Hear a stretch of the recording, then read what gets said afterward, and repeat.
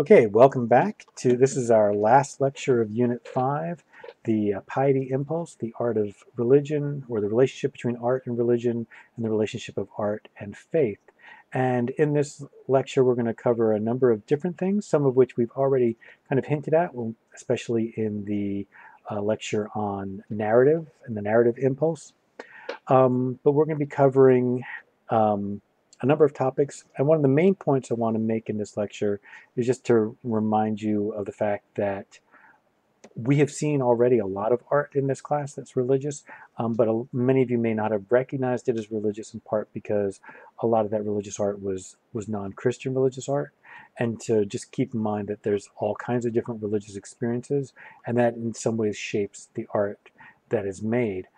Some of the art we're going to be looking at is to a certain degree an explanation of the thinking or the theology of the religion. Some of it is the telling of religious narratives. But we're going to begin first with just kind of talking about some of the art that we've seen. So like I said, from the very beginning of the course, we've seen a lot of religious art, and especially recently, since this unit, we started with talking about the Renaissance, and in the Renaissance, we saw a lot of religious art. And so religion is an extremely important part of the making of art. In fact, probably worldwide, by a large, vast majority, most of the art ever made has been religious art, right? There's other reasons why people make art, but there's been so much art that's made for religious purposes. And all of this art that we've seen, so from the very beginning of the course, we've been seeing religious art, but we may not have recognized it as religious art. You don't necessarily look at Stonehenge and think, oh, that's a religious work. You don't necessarily look at this Cycladic sculpture and think it's a religious work. And in both of those cases, part of the reason why is because we don't really understand the religion. We don't know exactly what the religion was that inspired it and how this kind of iconography fed into a religious belief. But almost certainly both of them are tied to a religion. And then other religious images we understand a little bit better, like these Sumerian kind of praying figures. We have a more clear sense of what they represent, but they represent a type of piety, a type of religion that is so different from our own that it's a little bit hard for us to understand. Similarly, like this Lilith figure, and some of the religious artwork is also so closely tied to statehood that it's easy for us to only see it as political art. But really, in the ancient world, the two things were not, easily separated. So let's first talk about narrative in religious art and the way religions tell narratives in art and the importance of narratives, right? So some narratives are very important to their kind of core foundational to the religion itself. I mean, probably the most classic example would be how in Christianity, the narrative of the passion of, the death on the cross and the resurrection are central to Christian theology. Like that, without that, everything else, it is not Christianity. Whereas other narratives are maybe not so much central to the religious belief, right? But they're central to kind of a cultural identity that is tied to the religious belief. And I think so. Like the Achilles and Ajax M4 is a good example of that, where that narrative is maybe not it's not a narrative that's core to any kind of theological idea, but it is core to this idea of what it means to be a Greek, right? And what it means for the Greeks of that world to be manly, right? So I think it's also important to think about the fact that for many of these cultures, almost everything they made in some ways was an expression of them imagining what the divine is.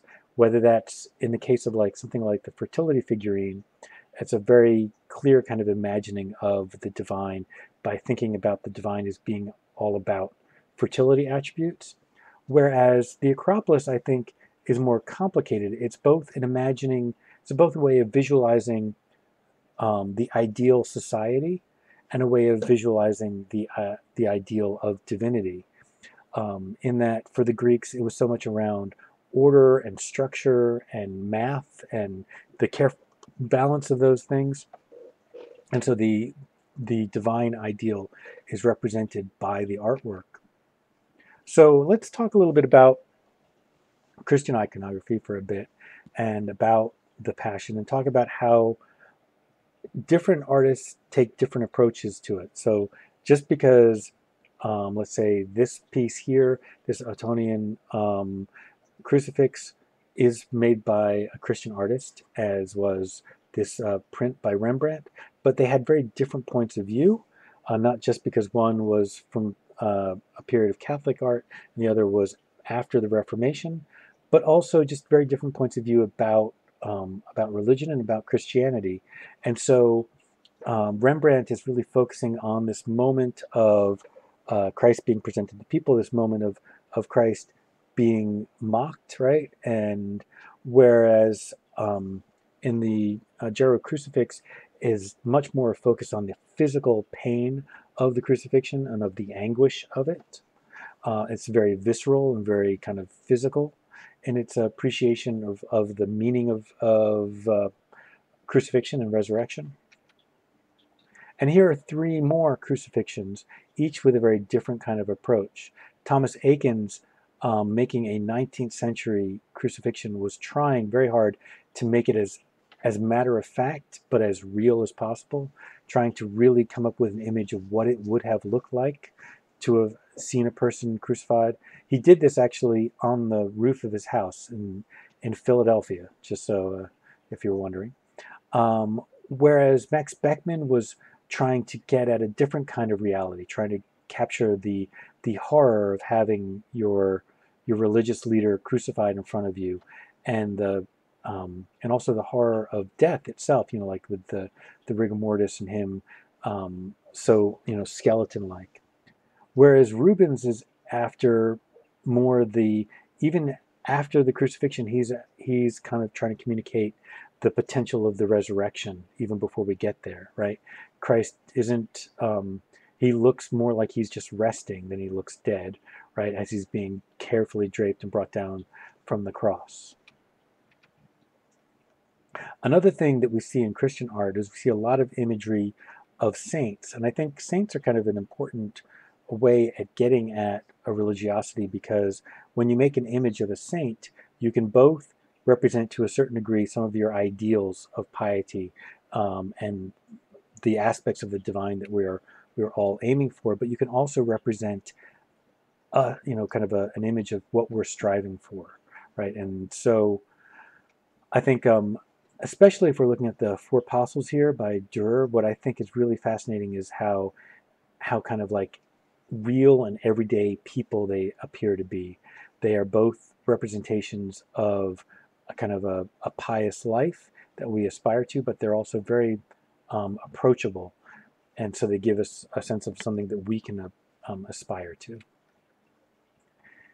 And another thing that art can do, and especially in religious narratives, is actually describe the process of religiosity, of the religious experience. And here we have two examples of that, with the Bellini painting on one side, St. Francis, sometimes called St. Francis in the Wilderness, sometimes called St. Francis in Ecstasy, and then a Baroque piece by Bernini, which is the Ecstasy of St. Teresa. And so both of them are taking a very different approach of how to communicate the idea of a person being sort of transfixed by the presence of the divine, right? Like they're both images of a saint who is in the moment where they're sort of enraptured by their close proximity to God, to the divine, but they do it in very different ways. What's interesting to me about Bernini, and I'm actually running out of time, but I'll just emphasize this, is the way he uses the geometry of the page to communicate the presence of the divine. All right, I'll get back to you with part 2 in just a second.